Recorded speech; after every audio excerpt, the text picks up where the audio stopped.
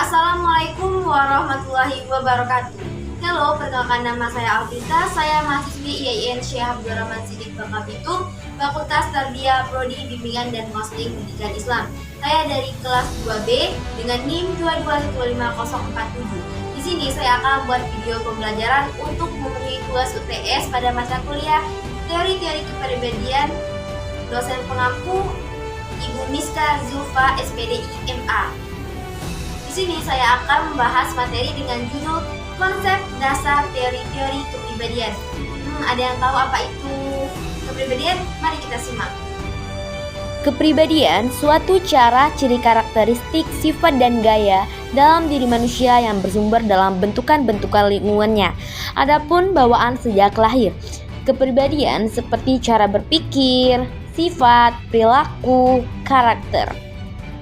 Kepribadian memiliki ciri khas, contoh gaya menangis dan tertawa yang berbeda.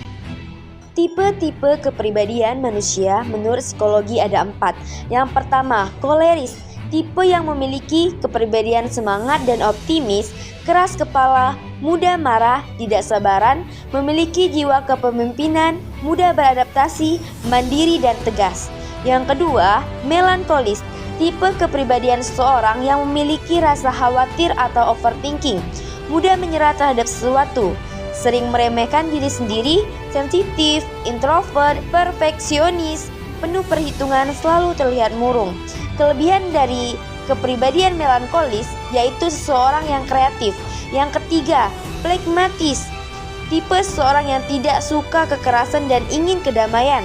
Seseorang yang suka menyebarkan kebahagiaan, bijaksana, rendah hati, tidak menyukai konflik dan menyembunyikan emosi. Yang keempat, sanguinis, seseorang yang mendahulukan perasaan daripada pemikiran, ramah, humoris, ekstrovert, banyak bicara dan mudah bergaul.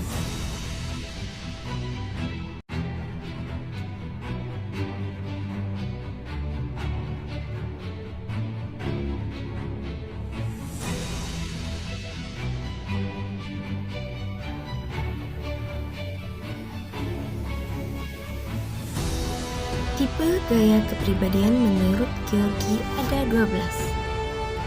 Yang pertama, kepribadian yang mudah menyesuaikan diri. Seseorang dengan gaya ini mudah menyesuaikan diri karena dia memandang hidup ini sebagai perayaan dan setiap harinya sebagai pesta yang berpindah. Orang ini komunikatif, bertanggung jawab, ramah, santun dan memperhatikan perasaan orang lain, jarang agresif, kompetitif dan destruktif. Yang kedua, kepribadian yang berambisi. Orang ini memang penuh ambisi terhadap hal. Mereka menyambut tantangan, berkompetisi dengan senang hati dan sengaja. Kadang-kadang secara terbuka menunjukkan sikap agresif. Ia cenderung bersikap hati-hati. Yang ketiga, ada kepribadian yang mempengaruhi. Orang ini menunjukkan kepercayaan diri serta mendekati setiap tugas dalam hidup dengan cara seksama, tuntas dan sistematis dan efisien. Yang keempat, ada kepribadian yang berprestasi. Orang ini menghendaki kesempatan untuk bermain dengan baik dan cemerlang, jika mungkin untuk mempesonakan yang lain agar mendapatkan sambutan yang baik. Kasih sayang dan tepuk tangan orang lain dalam hal ini berarti menerima mereka, memandang hidup dengan selera kuat untuk melakukan hal yang menarik baginya. Yang kelima, kepribadian yang idealitas. Orang dengan kepribadian ini menganggap hidup sebagai nyata adanya dan seharus kepercayaannya. Dan yang keenam, kepribadian yang sabar. Contoh, misalnya rendah hati. Yang ketujuh, ada kepribadian yang mendahului.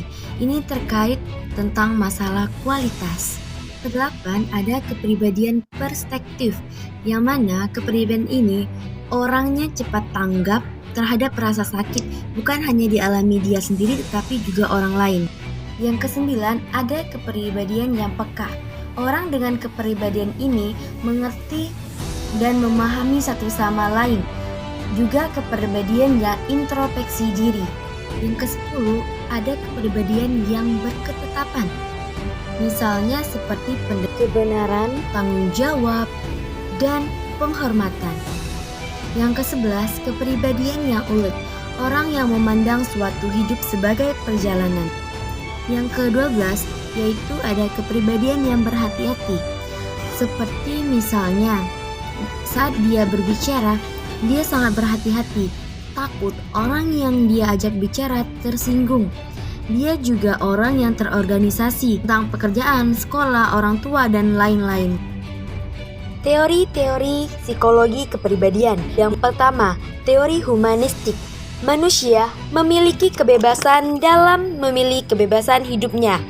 Yang kedua, teori behavioristik. Tingkah laku manusia, stimulus respon yang dipengaruhi lingkungan. Yang ketiga, psikodinamika. Teori psikodinamika adalah teori yang berusaha menjelaskan hakikat dan perkembangan kepribadian. Unsur-unsur yang diutamakan adalah motivasi, emosi, dan aspek-aspek internal lainnya. Yang keempat, teori belajar sosial. Lebih menekankan bahwa lingkungan dan perilaku seseorang dihubungkan melalui sistem kognitif orang tersebut, dan memandang tingkah laku manusia bukan semata-mata refleks atas stimulus, melainkan timbul akibat interaksi antara lingkungan dengan kognitif manusia itu sendiri. Selain itu juga, sebagai individu yang menggunakan teknik peniruan ini juga akan meniru tingkah laku yang negatif, termasuk perilakuan yang tidak diterima dalam masyarakat.